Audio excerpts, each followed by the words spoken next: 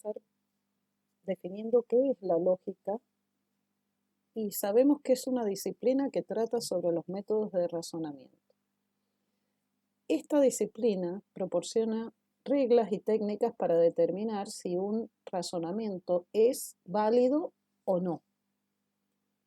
Generalmente se emplea en matemáticas para demostrar los teoremas, en informática para verificar si son o no correctos los programas y en las ciencias físicas para sacar conclusiones de experimentos, etc. ¿Qué es un razonamiento? Se llama argumento o razonamiento lógico a una secuencia de proposiciones, en la que una de ellas, llamada conclusión, se obtiene de otras llamadas premisas. Los razonamientos analizaremos más adelante cómo podemos demostrar la veracidad o la validez o no de un razonamiento. ¿Qué es una proposición?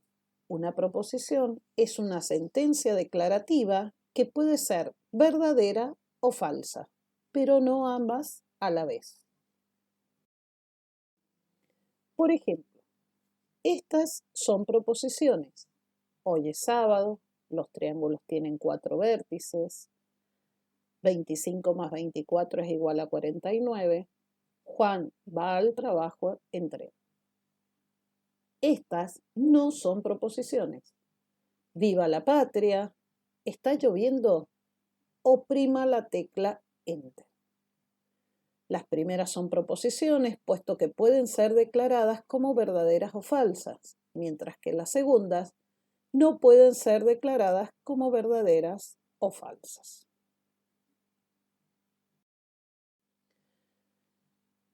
Todas las proposiciones simples, como las enunciadas anteriormente, pueden generar nuevas proposiciones llamadas proposiciones compuestas. Estas proposiciones compuestas, para obtenerlas a partir de proposiciones simples, utilizamos o utilizaremos los llamados conectivos lógicos. Conectivos lógicos u operadores lógicos. Dentro de los que vamos a desarrollar en esta unidad, vamos a ver la negación, que lo vamos a simbolizar con este símbolo que aparece acá, y que denota justamente la negación de la proposición. Simbolizamos de esa forma, anteponemos a la proposición P el símbolo de negación y leemos no P. Otro conectivo lógico que vamos a desarrollar es la conjunción, simbolizada con este símbolo. En forma simbólica o formal vamos a expresar de esta forma, intercalando entre ambas proposiciones o símbolos de las proposiciones el símbolo de la conjunción. Y leeremos P y Q. La disyunción incluyente, que lo vamos a simbolizar con ese símbolo que aparece acá, que es interponiendo entre ambos símbolos de las proposiciones P y Q, el símbolo de la disyunción incluyente, y que leeremos P o Q. Otro conectivo lógico es la disyunción excluyente, que es muy similar a la disyunción incluyente, pero con una línea debajo que se obtiene, que se simboliza formalmente interponiendo entre ambas proposiciones el símbolo de la disyunción excluyente y que se lee P o Q, pero no ambas. O también se puede leer como o P o Q. Otro conectivo lógico, el condicional, simbolizado a través de una flecha. Entre ambas proposiciones en el lenguaje formal se escribe la flecha. Y se lee si P, entonces Q. Esta es una de las formas de leer el condicional. Más adelante vamos a desarrollar otras formas de expresarlo en forma coloquial. Y el último conectivo lógico que vamos a desarrollar es el bicondicional, que se simboliza con una flecha con dobles sentidos.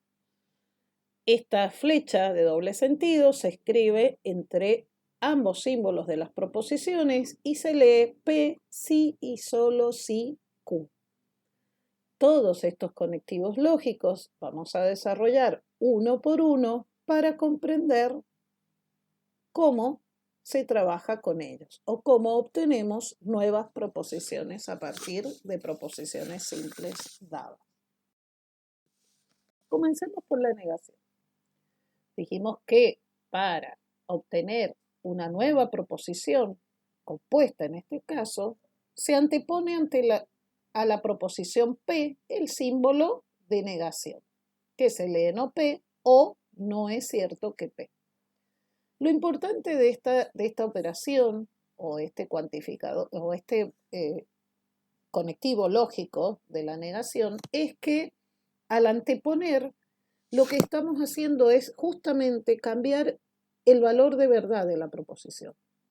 Es decir, si la proposición es verdadera, al anteponerle la negación, obtenemos una proposición cuyo valor de verdad es falso. ¿Sí? Por eso dice que toma el valor de verdad contrario al de la proposición P. Por ejemplo, supongamos que nuestra proposición P es Ana estudia ingeniería en sistemas. Nuestra proposición no P o la negación de P se va a obtener, decía, anteponiendo, pero en nuestro lenguaje cotidiano es necesario ubicar para que la oración o la proposición tenga sentido, es necesario colocar el no donde corresponda. Por ejemplo, en este caso dice, Ana no estudia ingeniería en sistemas. Ese es un ejemplo. Otro ejemplo es, si tenemos la proposición Q que dice raíz de 2 pertenece al conjunto de los números racionales, no Q será raíz de 2 no pertenece al conjunto de los números racionales. Un tercer ejemplo, si R es la proposición que dice que A está incluido en B, la negación de R la vamos a obtener como A no está incluido en B. Y lo que obtenemos es tachando el símbolo de la inclusión, que simboliza exactamente lo mismo en un lenguaje más formal o simbólico, el no está incluido. ¿Sí? Dijimos otra de los conectivos lógicos es la conjunción entre proposiciones. También dijimos que para la conjunción la íbamos a simbolizar con este símbolo que aparece acá y era intercalando entre ambas proposiciones el símbolo. Y se lee P y Q, o P además de Q. Esta proposición nueva que obtenemos al utilizar la conjunción va a ser verdadera siempre y cuando ambas proposiciones sean verdaderas. ¿Sí? Por ejemplo, dice, Ana estudia ingeniería en sistemas, vamos a considerar T, Ana reside en San Miguel de Tucumán, luego la conjunción entre esas proposiciones será Ana estudia ingeniería en sistemas y reside en San Miguel de Tucumán. Lo que tenemos que tener en cuenta es, otra vez, nuestro lenguaje cotidiano. Fíjense que el sujeto, en este caso, que es Ana, no se repite o no necesariamente debemos repetirlo para que la nueva proposición tenga sentido a la hora de leerlo coloquialmente. Tomemos un segundo ejemplo, que es el ejemplo considerando R, la proposición A está incluida en B, y U, la proposición B está incluido en A. Luego, la conjunción entre ambas proposiciones va a ser A está incluido en B y B está incluido en A. Fíjense que en este caso utilizamos el símbolo de la conjunción entre ambas proposiciones y no la letra I porque estamos utilizando símbolos. Este A está incluido en B es un símbolo y B está incluido en A es otro símbolo.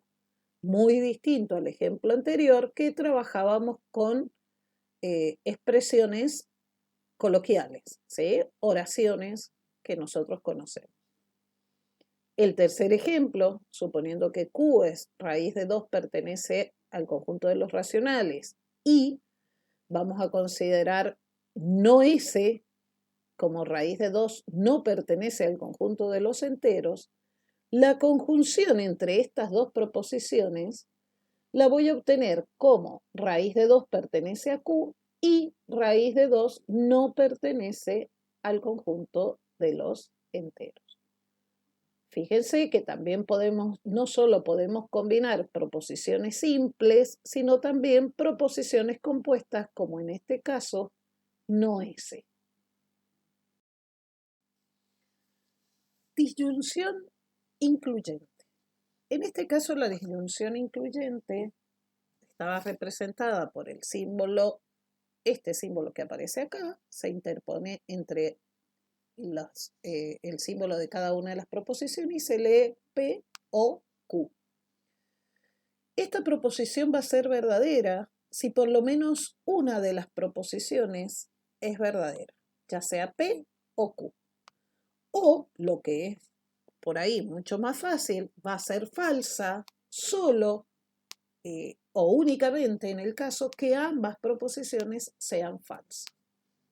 Los demás casos van a ser verdaderos. Por ejemplo, Ana estudia ingeniería en sistemas, Q, Ana estudia inglés, P o Q será la proposición Ana estudia ingeniería en sistemas o inglés. Fíjense que acá colocamos la letra O entre ambas proposiciones, porque estamos trabajando en un lenguaje coloquial. En el segundo ejemplo, si tenemos la proposición R, X pertenece a A, y la proposición S, X pertenece a B, la disyunción entre ambas proposiciones R o S lo vamos a simbolizar como X pertenece a A o X pertenece a B. Y en este caso utilizamos el símbolo de la disyunción. Vamos al tercer ejemplo. Consideremos la proposición Q como 3 divide a 9. Este símbolo, esta recta, esta línea vertical, significa divide a. Entonces 3 divide a 9 y la proposición S, 3 divide a 10. La proposición compuesta Q o S la voy a obtener como 3 divide a 9 o 3 divide a 10. Fíjense, en este caso podemos ver que la proposición obtenida tiene un valor de verdad verdadero. ¿Por qué? Porque 3 divide a 9. Esta proposición es verdadera, lo que hace que toda la proposición sea verdadera. Otra disyunción es la disyunción excluyente. Dijimos, el símbolo de la disyunción excluyente es muy similar al símbolo de la disyunción incluyente con una línea debajo. Y se lee P o Q, pero no ambas. O también lo puedo leer, que para que sea más claro, o P o Q. Esta proposición solo va a ser verdadera si ambas son verdaderas. También la podemos expresar como la conjunción entre la disyunción incluyente y la negación de la conjunción entre ambas proposiciones. Por lo que puede prescindirse de este conectivo, es decir, no es necesario utilizar el símbolo de la disyunción incluyente. Otro conectivo lógico que vimos o que íbamos a desarrollar es el condicional. Este condicional era simbolizado por una flecha entre ambas proposiciones y se lee si P, entonces Q. El condicional es muy utilizado en matemáticas generalmente en los enunciados de los teoremas. ¿Por qué? Porque indican deducción. Este condicional o implicación o deducción también se puede leer como P o Q se deduce de P, o cuando sucede Q, P sucede Q, y es falsa solo en el caso en que el valor de verdad de P sea verdadero y el valor de verdad de Q sea falso. Por ejemplo, tomemos un ejemplo. Dice, sean P, Luis se traslada en moto, Q, Luis usa casco. La implicación P implica Q se lee de cualquiera de estas formas. Si Luis se traslada en moto, entonces usa casco. Es suficiente que Luis se traslade en moto para que use casco. Es necesario que Luis use casco para trasladarse en moto. Luis se traslada en moto solo si usa casco. Por eso, fíjense que aparecen acá unas frases, es suficiente y es necesario. En todo condicional, P, llamado antecedente, es considerado condición suficiente para que suceda Q, que es el consecuente de la implicación. Y en toda implicación, Q es condición necesaria para que suceda P. ¿Está bien?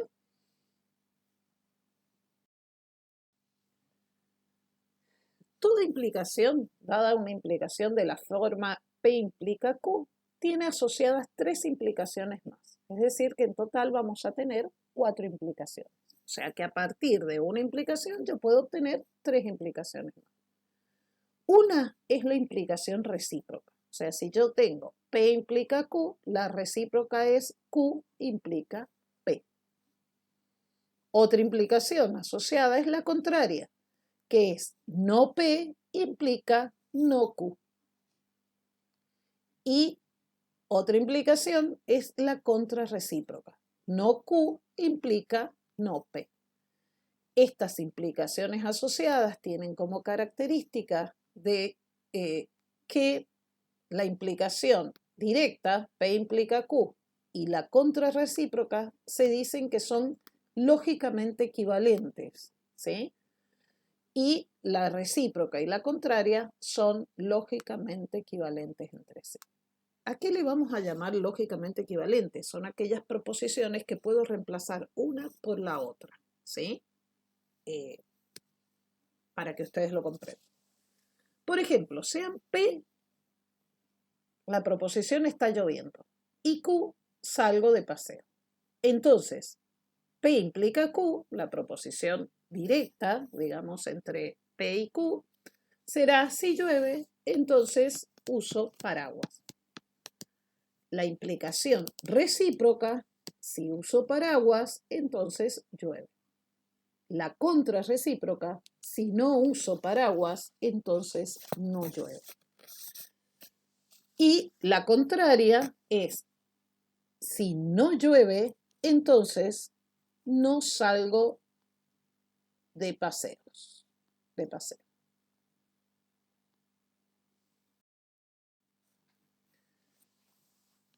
Bicondicional. El bicondicional es aquella nueva proposición que vamos a obtener a partir de 2 proposiciones y donde vamos a colocar como símbolo la flecha con 2 sentidos. Y se lee P sí y solo sí Q. O P es condición necesaria y suficiente para Q. ¿Cuál es la característica del condicional? El condicional se puede obtener como conjunción entre 2 implicaciones, entre la proposición P implica Q y su contraria Q implica P. El bicondicional es verdadera cuando ambas proposiciones tienen el mismo valor de verdad. Por ejemplo, en matemática, estas proposiciones son equivalentes. Un número es par si y solo si es divisible por 2. Un triángulo es equilátero si y solo si sus tres lados son iguales o congruentes. A está incluido en B y B está incluido en A si y solo si A es igual a B. A divide a B y B divide a A si y solo si A es igual a B. Estos dos ejemplos, los últimos ejemplos, los vamos a desarrollar en las unidades que continúan, pero a modo de ejemplo, o como para completar y vean que en matemática generalmente las proposiciones son equivalencias o bicondicionales, lo puse de ejemplo en esta diapositiva. Todas las proposiciones, todas estas conectivos lógicos tienen asociadas los que nosotros vamos a llamar tablas de verdad, o lo que en lógica se llama tablas de verdad. Estas tablas de valores, tablas de verdad, son arreglos de valores de verdad que sirven para representar todas las combinaciones posibles de valores de verdad que toman la proposición compuesta, en función de los valores de verdad de cada una de las proposiciones que intervienen. Por ejemplo, esta es la tabla de verdad de la negación. Dijimos que si P toma el valor verdadero, su negación toma el valor falso. Si P toma el valor falso, su negación toma justamente el valor de verdad contrario, que es verdadero. Esta corresponde a la tabla de verdad de la negación. Esta es la tabla de verdad de la conjunción, la disyunción y la disyunción excluyente. Dijimos, fíjense en esta columna, la conjunción dijimos que iba a ser verdadera cuando ambas proposiciones sean verdaderas. La disyunción va a ser falsa cuando ambas proposiciones sean falsas. Y la disyunción excluyente es verdadera cuando una de ellas sea verdadera, una de las proposiciones sea verdadera. Acá lo que hicimos es representar todas en una sola tabla, pero se pueden representar por separado. La tabla del condicional dijimos que es falso únicamente cuando el antecedente sea verdadero y el consecuente sea falso. La tabla de verdad de la bicondicional es verdadera cuando ambos valores de verdad son verdaderos, o sea, son iguales, perdón. En toda proposición compuesta hay un conectivo llamado conectivo principal. Este es el conectivo que le da el valor de verdad final a la proposición compuesta. En una expresión lógica completamente entre paréntesis, es claro quién es el conectivo principal. Por ejemplo, en esta proposición, que está entre paréntesis, obviamente el conectivo principal es la negación. En el segundo ejemplo, el conectivo principal es la conjunción. Y en el último ejemplo, el conectivo principal es el condicional o la implicación. En una expresión sin paréntesis, vamos a tener que respetar la regla de prioridad. Ella indica que la prioridad de mayor a menor está dado del siguiente orden. Primero las negaciones, después las conjunciones y las disyunciones. Por último, el condicional y por último, el bicondicional. Por ejemplo, determinemos en cuáles son las siguientes afirmaciones, cuál es el conectivo principal. O sea, ¿cómo lo haríamos? Y primero vamos a resolver la negación, porque dice que el primero se comienza con la negación, después la conjunción y por último la disyunción. Ese sería mi conectivo principal. En el segundo ejemplo, primero la negación, después la conjunción y por último el condicional. En el último ejemplo, comienzo primero negando, después la conjunción, después la disyunción y por último el bicondicional.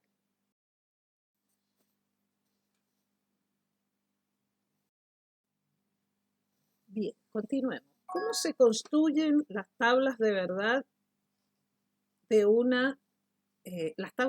para una proposición compuesta cualquiera? Si una proposición compuesta contiene, supongamos, n proposiciones simples, o sea, un número n de proposiciones simples, entonces la tabla de verdad va a tener 2 a la n renglones o 2 a la n combinaciones distintas de valores de verdad de las proposiciones que conforman a la proposición compuesta. ¿Cómo lo podemos construir sistemáticamente? De la siguiente forma. Las primeras n columnas se destinan para las proposiciones simples. P, Q, R, S, T, todas simbolizadas con letras imprentas minúsculas. Se incluyen columnas adicionales para todas las proposiciones intermedias y finalmente una columna para la proposición completa. Esta es una forma de construir. Bajo cada una de los primeros n encabezados se anotan las 2 a la n uplas de posibles valores. Para cada renglón se calcula todos los valores de verdad restantes, utilizando las tablas de verdad de los conectivos log. Miremos los ejemplos. Es un ejemplo. Esta es una proposición, fíjense, dice no P y Q, sí, solo sí, no P o no Q. Dijimos, ¿cuántas proposiciones tengo en total? 2. 2 proposiciones. Como tengo 2 proposiciones, la tabla, el número de filas o renglones que va a tener la tabla de verdad es 2 a la 2. Es decir, voy a tener 4 filas distintas de combinación. Las primeras 2 filas se destinan a las proposiciones, en este caso P y Q. Se van agregando columnas hasta completar la proposición compuesta. Fíjense, esta corresponde a la proposición compuesta. Y se eligen convenientemente, es decir, yo voy a agregar las columnas que sean necesarias. Por ejemplo, acá agregamos la columna correspondiente a P y Q. ¿Pero por qué P y Q? Porque después necesito la negación de P y Q que aparece en la segunda columna. Miremos ahora cómo voy a distribuir el número de combinaciones de valores de verdad. Yo sé que P va a tener 2 valores de verdad, verdadero o falso, pero a su vez Q también va a tener verdaderos o falsos. Como yo tengo 4 renglones, a ese número 4 lo voy a dividir en 2, que me da 2. Es decir, que para la primera proposición voy a tener 2 valores verdaderos y 2 valores falsos. Para la segunda proposición, ese 2 que obtuve anteriormente lo voy a volver a dividir en 2 y me da 1. Significa que voy a tener un valor de verdad verdadero y otro valor de verdad falso para Q. Por eso combino verdadero, falso, verdadero, falso. Esta forma de construir la tabla de verdad o de distribuir los valores de verdad me garantiza que no me equivoque o no me falte ninguno de los valores de verdad o de las combinaciones posibles de los valores de verdad de la proposición. De ahí comenzamos a completar las tablas de verdad. Por ejemplo, yo acá puse P y Q. Sabemos que la conjunción entre 2 proposiciones verdaderas cuando ambas son verdaderas. Los demás casos son falsos. Como yo necesito en mi proposición que aparezca la negación de esa conjunción, lo que hago en esta columna es negar los valores de verdad de la conjunción. Es decir, donde era verdadera coloco falso, donde es falso verdadero, donde es falso verdadero y donde es falso verdadero. Pero también necesito en esta parte de la proposición compuesta las negaciones por separado. Y en ese caso, la negación de P, voy a mirar la columna de P y voy a negar la columna de P. En la negación de Q, voy a negar la columna de Q. Como agregamos otra columna, que es la disyunción entre esas dos proposiciones. Entonces, en ese caso, lo que voy a hacer es negar o a través de la disyunción relacionar estas dos columnas. Dijimos que la disyunción es falsa cuando ambas son falsas. Los demás casos son verdaderos. Y por último, voy a relacionar esas dos columnas. La columna de la negación de la conjunción y la disyunción de las negaciones. Y voy a relacionarlas a través del conectivo del bicondicional. Sabemos que el bicondicional es verdadero cuando los valores de verdad coinciden. Fíjense, acá tengo falso, por lo tanto es verdadero. Acá es verdadero, por lo tanto es verdadero. Verdadero, verdadero, verdadero. Verdadero, verdadero, verdadero. ¿Sí? Vamos a hacer un poco más de práctica en las clases, así es que tengan en cuenta cómo se construye y luego vamos a ampliar. Todas estas proposiciones o esta nueva forma, o sea, estas tablas de verdad, me van a permitir distinguir lo que nosotros en lógica llamamos tautologías, antitautologías y contingencias. Una proposición que es verdadera para todas las combinaciones posibles de sus variables se llama tautología. ¿Sí? Por ejemplo, la que obtuvimos recién en el ejemplo anterior es una tautología, porque en la columna final me quedaron todas verdaderas. Una proposición que es falsa para todas las combinaciones posibles de sus variables se llama contradicción o falacia o antitautología.